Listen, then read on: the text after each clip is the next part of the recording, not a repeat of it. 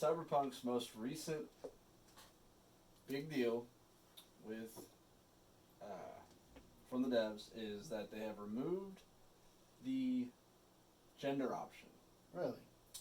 So you don't pick male or female anymore. Now you choose body type, which you can still pick like male and female voices, but it allows for a greater variety of character options.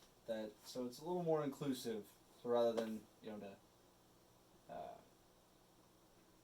rather than the typical gender types of old. Really? Super interesting. Hey, welcome to the very first episode of the Control Room. It's your host. I'm David. This is Gage. I'm Gage. He's not Gage. I don't know what he's talking about. And we're going to talk about some of the upcoming games that we're looking forward to. Right now, Cyberpunk 2077, probably at the top of most of our lists. And this removing gender thing, I gotta imagine that there's a lot of people more upset than they should be about this. I'm sure there's a lot of people that are upset. Some of the things that I've seen have been, people not sure that they could play a male or a female, and there was a little confusion there. So I gotta wonder, for those people that are concerned about whether or not you can pick male or female, if they just released the game and didn't mention genderless options, you would just gravitate to a more male type and wouldn't even think two shits about it. Yeah, it wouldn't even be an issue. But because they said something, now everybody's up in arms. Yeah, there's so much controversy regarding the new gender norms and everything, and I think it's a great thing that that CD Projekt Red's doing for Cyberpunk and making it more inclusive. I think it's great. I think it's fantastic that they're making the game they want to make. If they were a conservative developer and they wanted male and female options, and that's all they released, that'd be fine if that's what they wanted, if that's how they wanted their game to be. I don't think they're including this because people want this or are asking it or demanding it. I think it's the game they want to make. They want a game that's relevant to current events. True. In their setting. And that's fantastic that they're doing what they want to do. Yeah, hopefully they don't respond too much to the feedback, the negative things. I don't want them to... I always hate it when a dev changes their creative vision for the sake of pleasing fans. This seems like a really, really all-around good way to go. Yeah, like what was it, EA, they took out Al-Qaeda from Battlefield a few years ago for insurgents because people were upset. Well, at the time in our world, that was a real thing. I mean, it'd be no different than ISIS being in a video game. I personally would not be offended by a real-world thing in a realistic video game. I agree. The devs changing their game just for people getting upset over something so small like that, it doesn't make any sense. It's current, it's relevant. Maybe people are scared. Maybe that's why, like with the Al-Qaeda thing in particular, or even the transgender stuff in Cyberpunk. People are afraid of change and they're accepting that is going to be normal. I mean, yeah, exactly. Transgender, regardless of our feelings or your feelings about it, it's part of our world. Yeah, exactly. It's not going anywhere. I can see that being scary. It can be frustrating. We've all had conversations with the person that stood on hard side of each fence, each side of the fence. What do you do? Right. You gotta learn to move on. To all the developers out there, make the games you want to make. You're doing a great job. We love you. Please keep it up. We don't love all of you though. Some of you suck. EA, BioWare, sorry, but you kind of suck these days. Dropping the ball a little bit. Speaking of sucking, Rockstar.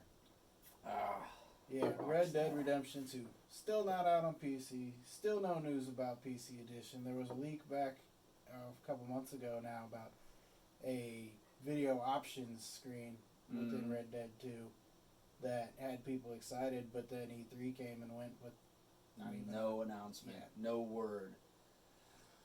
And this point, I think we all know that given with, like the way GTA 5 went. Yeah. How many times you buy GTA 5? I bought it at least twice, maybe 3 times. 3 times. 360, Xbox One, PC. Yeah. Don't regret it, but I do regret it. They know that's going to get people to buy more copies. At this point, I think we can all agree with that. Yeah. Primarily PC player, missing out on a game right now because I do not want to own it on console. Stay strong. It's hard. Stay strong. It is difficult. They had that glitch with the horse bodies piled up everywhere. Those are things that we're missing out on. I know. And it sucks. I know. The game looks fantastic, and I can't wait for it to come to PC. And we know it'll happen. It will happen eventually. And what they're trying to do is they're trying to get your dollar now and get your dollar later. Mm. And Rockstar, you're one of my favorite developers, but I also hate you. It's not fair. You're being kind of mean. Yeah. It hurts. It hurts right here. Other games coming up. Call of Duty, Modern Warfare. That new Call of Duty looks fantastic. When was the last time you were excited about a Call of Duty game? It's been a minute. Probably, I think the last one I actually really got into was Black Ops 2 back in the day. But I was already kind of getting tired of the repeat iterations. Yeah, agreed. I remember Black Ops 2 probably being the first time I was truly disappointed with Call of Duty. Yeah. Black Ops was like, okay, it was refreshing. They broke the formula a little bit, but then they reused that the next year and the year after that. And then here we are, Black Ops 4 last year, which I enjoyed, but I didn't enjoy. I bought it thinking that it was going to be what I'm hoping Modern Warfare is, thinking that they were going to do something different. Also, Battle Royale games being such a huge deal. True. Thought, wow, Call of Duty's doing Battle Royale. Frustrated with Battle Royale games because more often than not, there's some indie developer, and your options are Fortnite and PUBG. As a mode, Battle Royale is great. I just don't think it stands up so well as a full game, and I think that's where the frustration comes from. Yeah, in the case of Fortnite, I don't like the arcadey. It's aimed at kids, and I love that Epic has turned it into the biggest thing in gaming. Oh, it's huge. But there's no it's denying aimed that. at kids. And while I don't have any aversion to playing childlike games, it doesn't do it for me. Mm. I like Minecraft. I still play Minecraft. But I can't bring myself to play Fortnite. And in case of PUBG, we've been playing it since pretty much launch. Yeah, yeah. And while it's still a good time, and you've seen in other videos of mine that we have fun, we need something different. You want to play a team deathmatch game once in a while. You want to play capture the flag, and you don't get that with PUBG unless you're playing with a bunch of Chinese people. If they ever start the game. Their custom games are Yeah. terrible. But yeah, if you don't always have time, or you don't always want to play a full game of PUBG.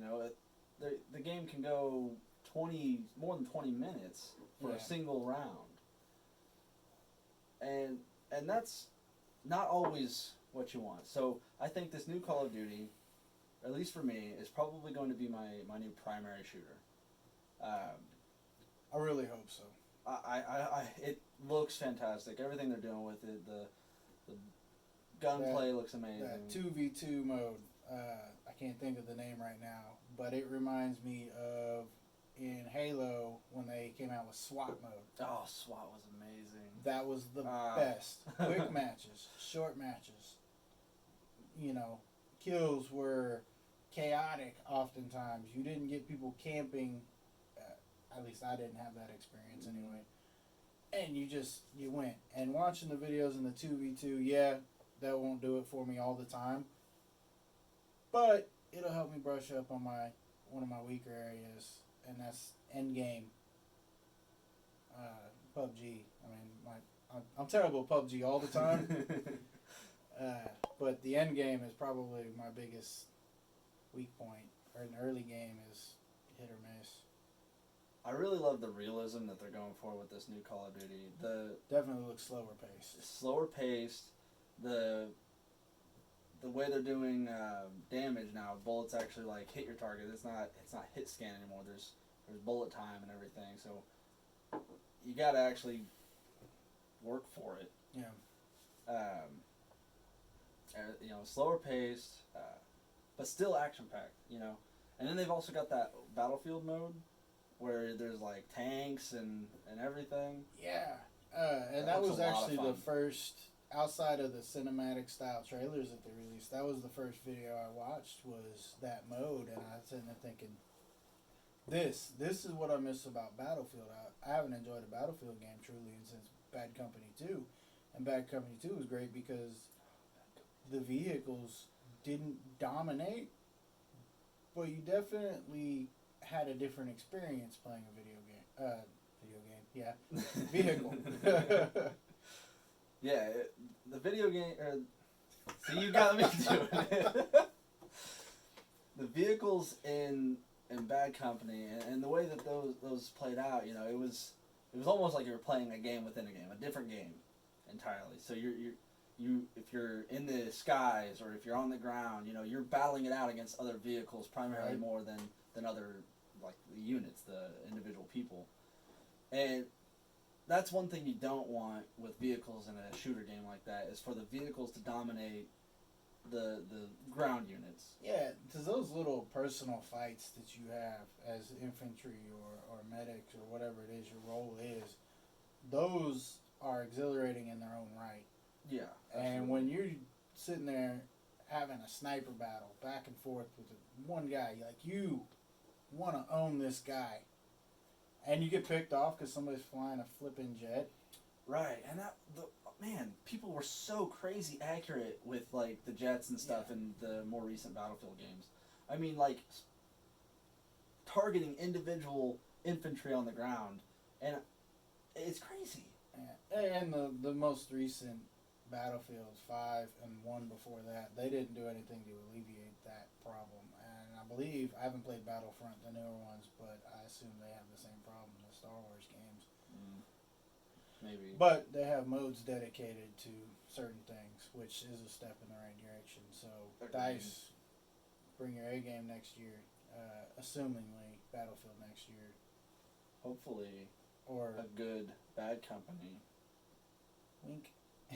Hopefully.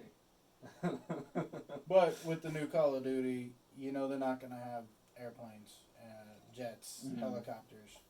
It's all going to ground be vehicles. all ground vehicles. More than likely, could be wrong, but I've only seen ground vehicles. That's all they've advertised so far.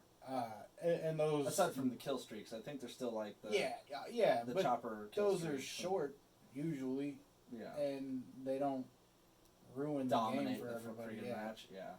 They make one individual person, they give them a huge boost. They can sway a match, definitely, but they don't shift the momentum. I don't feel like they shift the momentum.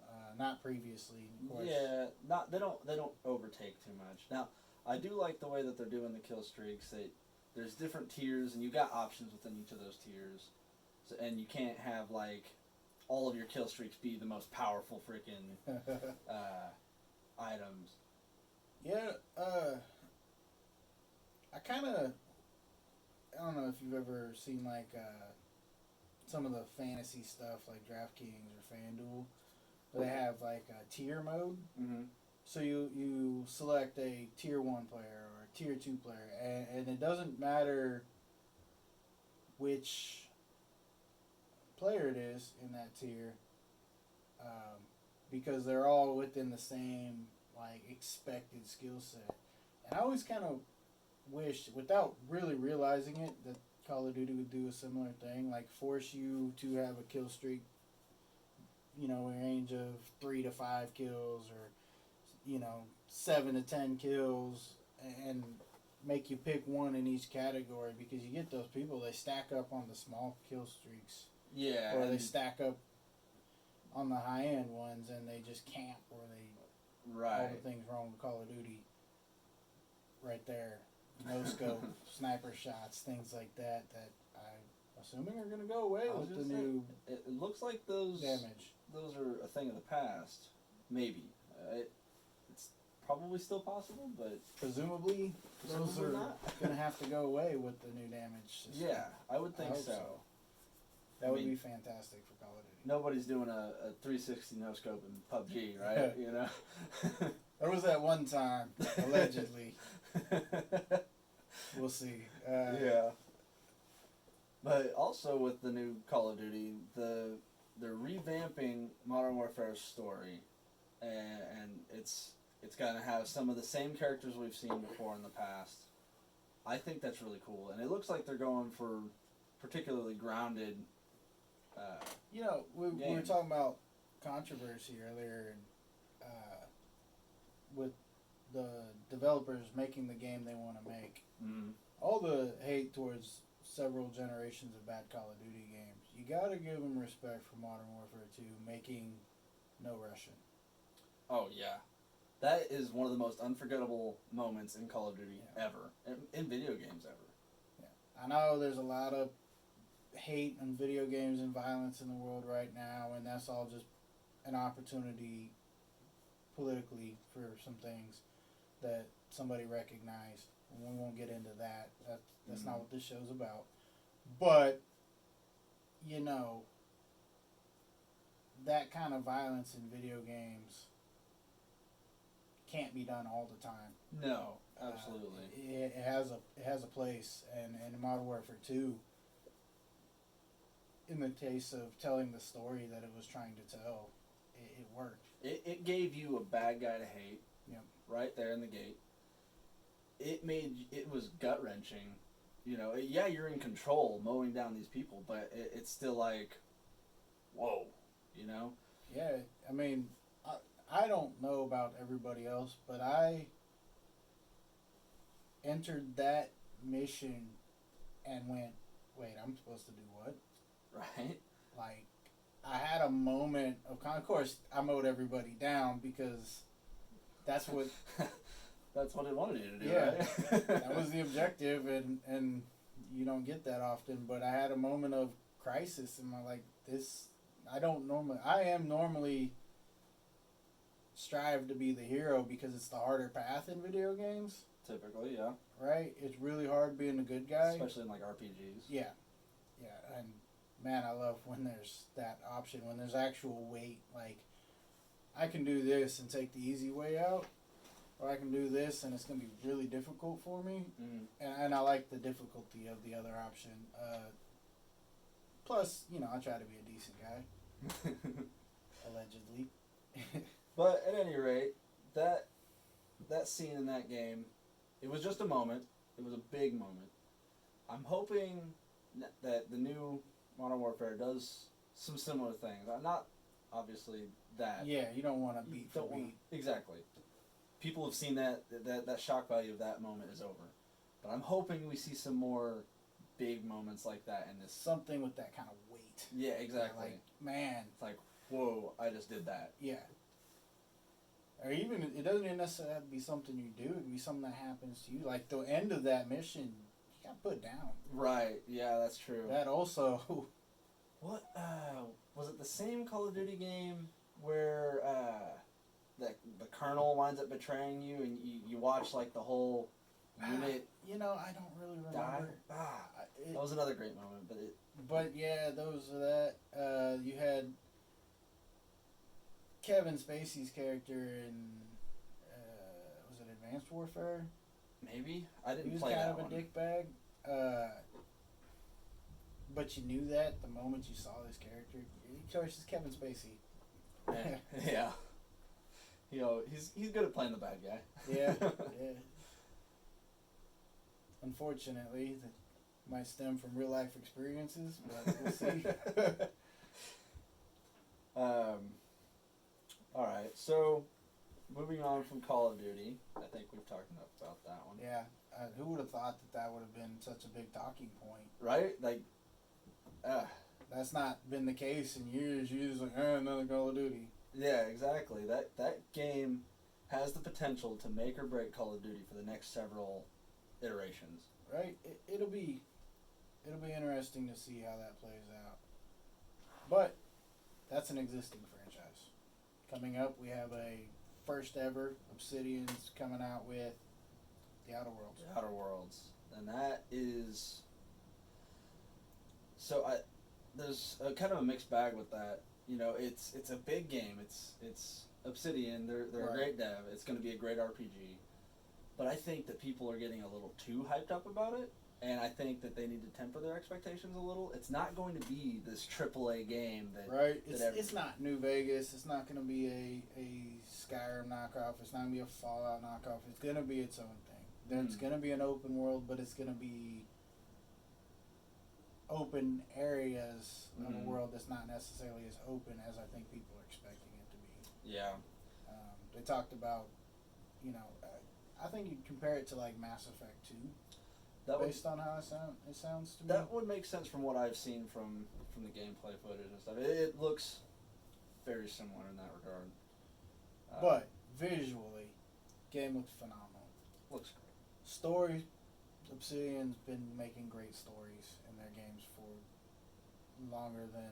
There isn't an RPG made by Obsidian that I have not enjoyed the Yeah. story of. I mean, I haven't played a lot of was it Pillars of Eternity? Pillars of Eternity, yeah. I played a little bit of the first one. It is a grind. It is a difficult game.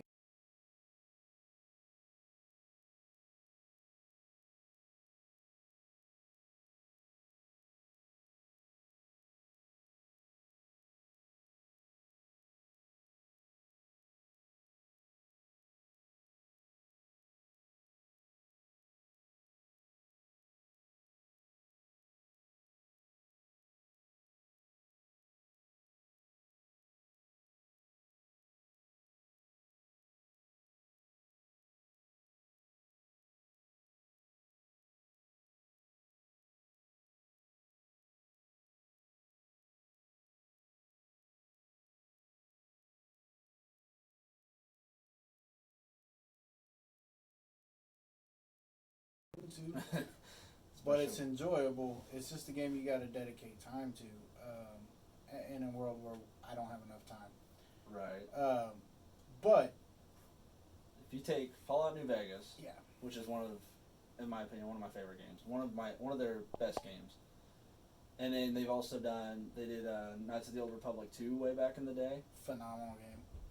I love those games, and the fact that they did one, and it had like a darker tone. And that's something with Obsidian. All their games seem to more or less take a darker tone. Yeah, and they did the same thing.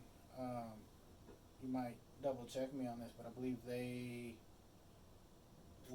had a deep hand in Neverwinter Nights 2, which that game had its problems with its engine and was buggy, and it took a while of patching before it became like a solid game. But compared to the first one, had a much more grounded tone to it in a D&D setting. I mean, Which you can't go wrong with a D&D Yeah. setting. So Obsidian, Outer Worlds, it's got to be good. It looks more lighthearted than the rest of the games, but knowing them, that's I like the world they've set up so far. You know, they've got these corporations, and it's all corporate control. and that's relevant to today now. too, because Yeah, how exactly. far off are we from a corporate controlled world? Country, Not world. just Yeah. not just America. The world's not far off from that. It's getting there. Yeah. So that alone makes the game relevant to today. Also, one of the cool things about Outer Worlds that I love it when video games do this. You can kill every character. I did not know that. I did not see that. I assumed you were getting ready to say they have the flawed hero. So your hero, your character, can be a dum-dum. And it will have a negative impact on the way the story goes, or it might be a positive depending on how you're looking at it. Like, you will be locked out of speech checks if you're an idiot. Yeah. You'll be granted other speech checks based on things that you pick. That's not something we see enough of. You're always some magnificent character that You're always the chosen by superhero. something. Yeah. Yeah. No, can do no wrong. I love Elder Scrolls games, but I am tired of being a prophesized nobody. Agreed. Uh, Agreed. I think that They are fantastic games, but I'm looking forward to the Outer Worlds because you truly are just a nobody, or you can be. It seems like they're going for freedom with this game. A lot of freedom. Not, and it's not just like, Skyrim where you're just thrown out into this open world and just do whatever you want. No, it's freedom to be the character you want to play, and you can.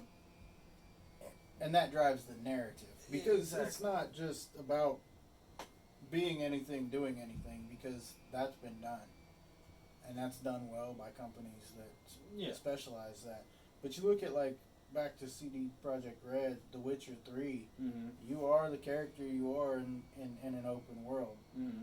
and this is the option. You are the character you make in a less open world, where you're more open with the decisions and choices you make and things like that Right.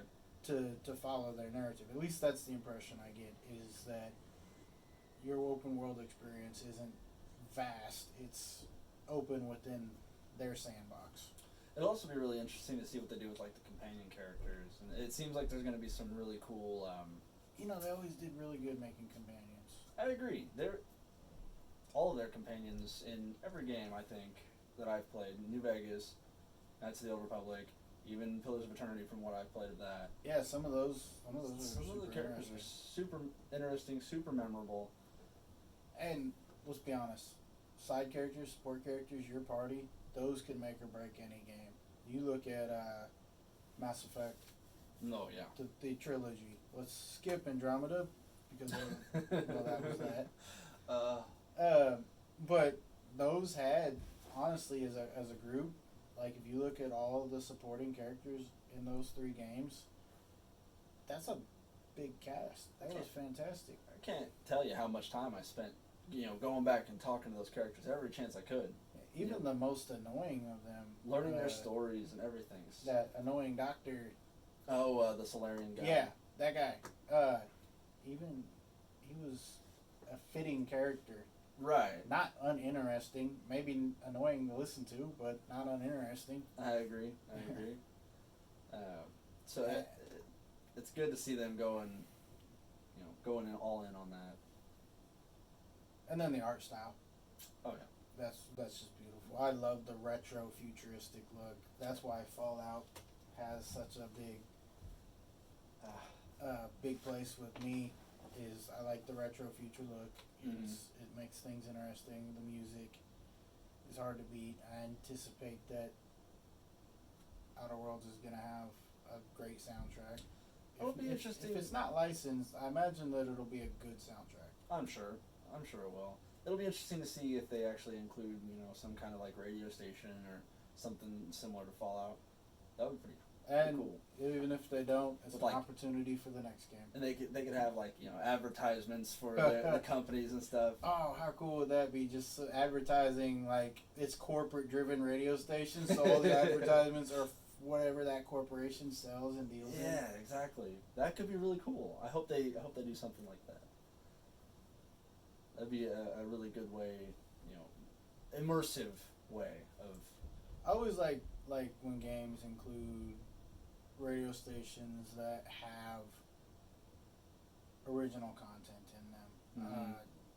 Grand Theft Auto games, they always had advertisements and commercials and things like that were always there well was talk done. shows and all Yeah. kinds of stuff. Always very well done. Fallout games, obviously, there was radio stations. Mhm. You had There's great something about commentary. that. Yeah. And it'd be nice to have a variety of stations to choose from. Maybe some different types of musics, depending on how Outer Worlds does it. But like the Fallout. Let's see, Fallout New Vegas, for example. There was a station that was kind of like a little more country type music, Mm-hmm. and there was the typical. I think there was. I might be getting that mixed up. In Fallout 3 specifically, there was one that was like a classical music, Mhm. so it would play like classic, like violin and stuff. Yeah. And then there's the general radio, which had all the old world songs. Fallout 4, they did. There was like the old world radio, which did Right. like Rebel and then League there type. was the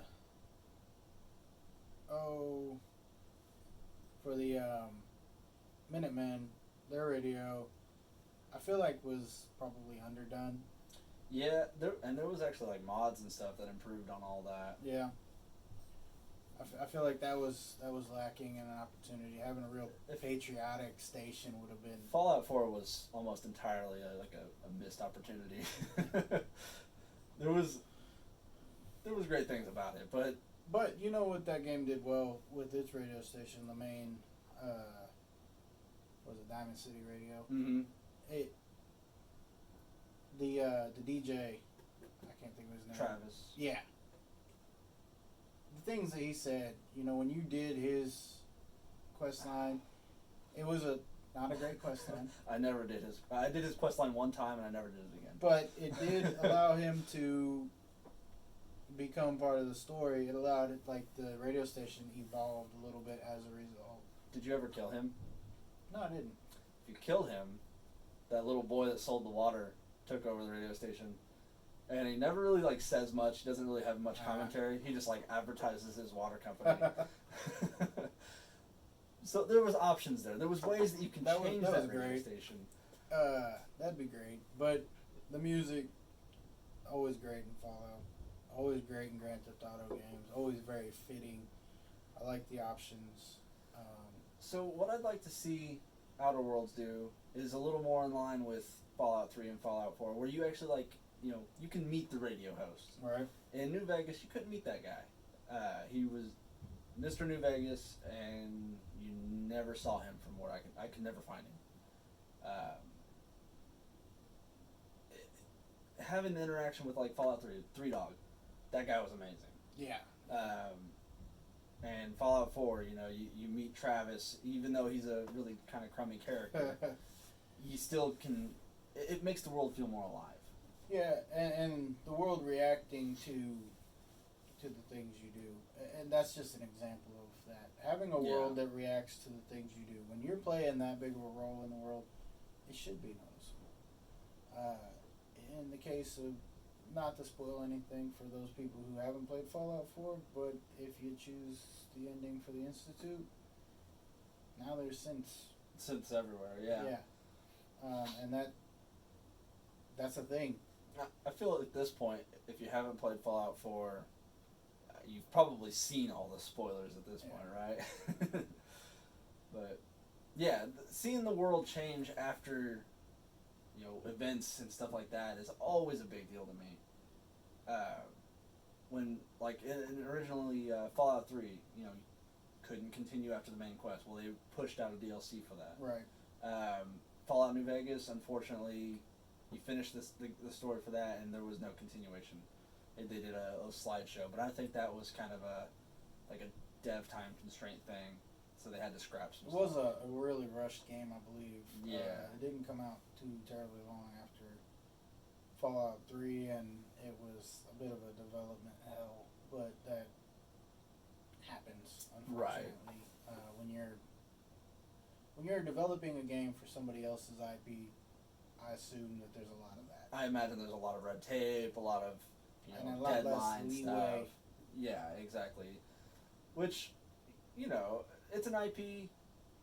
There's very little you can do creative freedom-wise. Right. But I still think that Obsidian... They always do well with other people's stuff. I'm glad to see that they're doing their own thing. I mean, I wonder how freeing that's got to be for those guys. Right.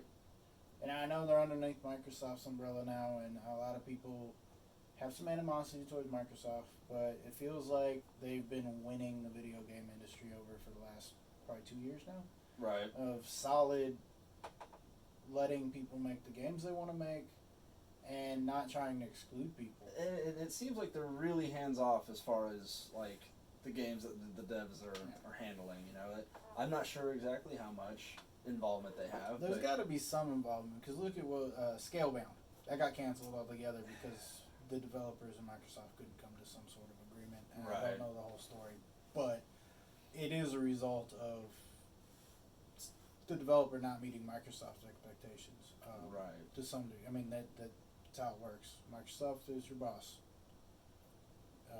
Now, we know how other companies can be overbearing and things like that. I'm not saying that doesn't happen with Microsoft. I'm not going to defend them tooth and nail, but if you look at what the other companies that they've purchased have been allowed to do, I can't imagine the developers of Scalebound were hurting for slack. Yeah, yeah, I can agree with that. It definitely seems like Microsoft's in a really good place as far as being a publisher And being a publisher, not just being about the Xbox brand. right. They're trying to get in everybody's. You know, Now that's money driven. It is. Yeah, no, absolutely. But it's good. It's good to have. So options. far, it hasn't been a negative Yeah. thing. You know, they're helping with Nintendo with like putting Xbox Live to the Switch and Steam. They're working with Steam on some stuff to work like kind of fighting against Epic. Yeah. Which, and to be fair to Epic, they're not trying to exclude things. They're just trying to make sure that they get their money. Yeah, they're also all publishers are after the money. Even the devs probably these days. But it's good to see Microsoft taking the video game industry kind of by the horns and saying, look, the best thing for the gaming industry is everybody being able to play. Yeah. First party exclusives are fine, but you cannot build the gaming industry on exclusives. No. And exclusives can be bad. You know, Nintendo has its lineup, Sony has its lineup, Microsoft has less of a lineup, but they do have a lineup. And in the PC market, there's a huge number of games that console players never get to see.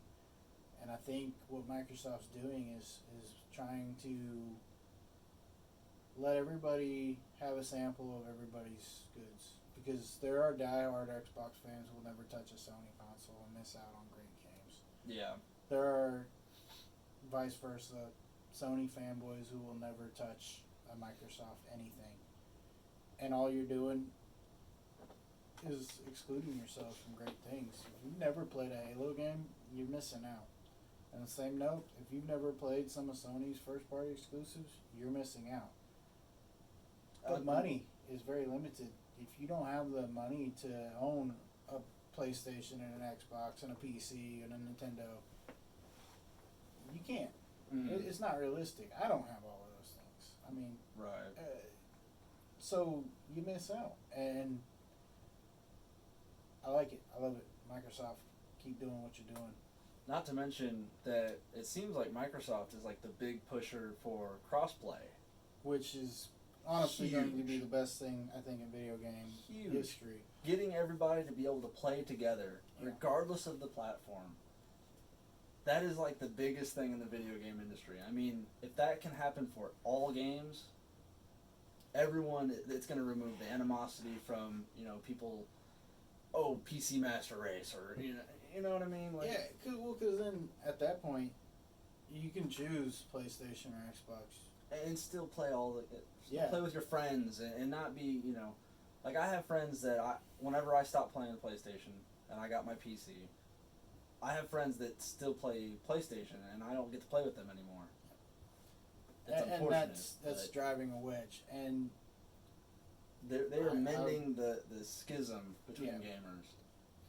And you know what? First thing everybody mentions, there's a big gap between controller versus mouse and keyboard. And there is. But, come on. Microsoft's added mouse keyboard support. I believe Sony's done the same. I'm not 100% certain. Those are things that could have been done a generation ago. Unfortunately, now that they're doing that, we have to wait for game developers to put in the support for those peripherals as well. That's the thing is now, okay, so now Modern Warfare might miss out on that, but as it becomes a standard, it's not developing. The only thing that's got to change now is getting architecture straightened out. You shouldn't have to develop the game 3 times. No, I agree. And that seems like we're kind of going that way. Yeah, I imagine that with the rise in cloud gaming, that could be very interesting. that architecture, and what we mean by architecture is the foundation that the game is built on might be different between a PC port and a console port. It might be different between a Sony version, PlayStation port, and an Xbox port. So it's what drives because the consoles tend to be CPU based in their power, which means you gotta develop it differently than a PC, which is graphics card based. So having cloud gaming be a thing could be a good thing because now developers aren't worried about, well, can we afford to do this on PC? I mean, indie developers might have to make sacrifices. This may eliminate that. Ideally, it may be a terrible thing. Cloud gaming may segregate a lot of people because it's going to be dependent on bandwidth and things like that. That not everybody has access to great internet, unfortunately. And in this That's world, true. everybody has access to internet, it seems like, but not everybody has access to great internet. Yeah, I agree, and that will be a limiting factor for the whole streaming process. But it'll be interesting to see how that goes.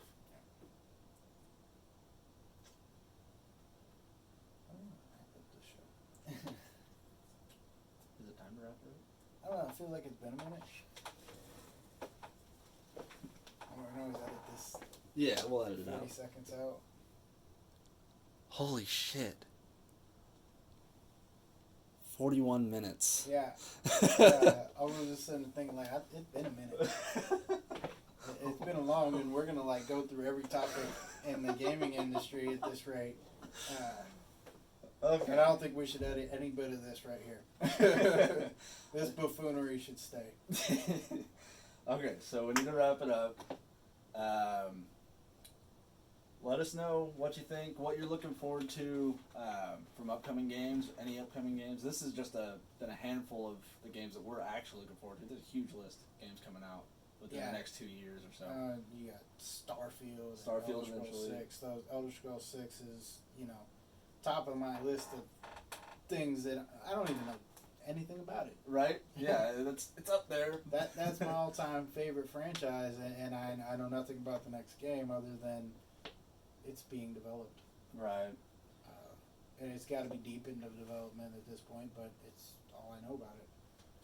Starfield, new IP from Bethesda, that's going to be huge. But let us know what you want us to talk about. And we're not limited to video games. There's a lot of stuff. Pop culture in general is something. We try to stay away from politics. That is our one rule. And not because we have a problem with talking about them, but Mostly governmental politics. yeah. If there's politics in video games or politics in movies, anything, we'll talk about anything. And if something's relevant, talking about the whole gender fluid movement, Yeah. or non-binary movement, however you want to look at it, that's just a thing. We don't really necessarily want to share our opinions on those, but we do want to talk about the relevancy because those are important. And maybe opinions will come out, but We want to know your opinions rather than just always giving you our own. So leave some comments. Let us know what you think. all right, thank you. Thanks. Peace.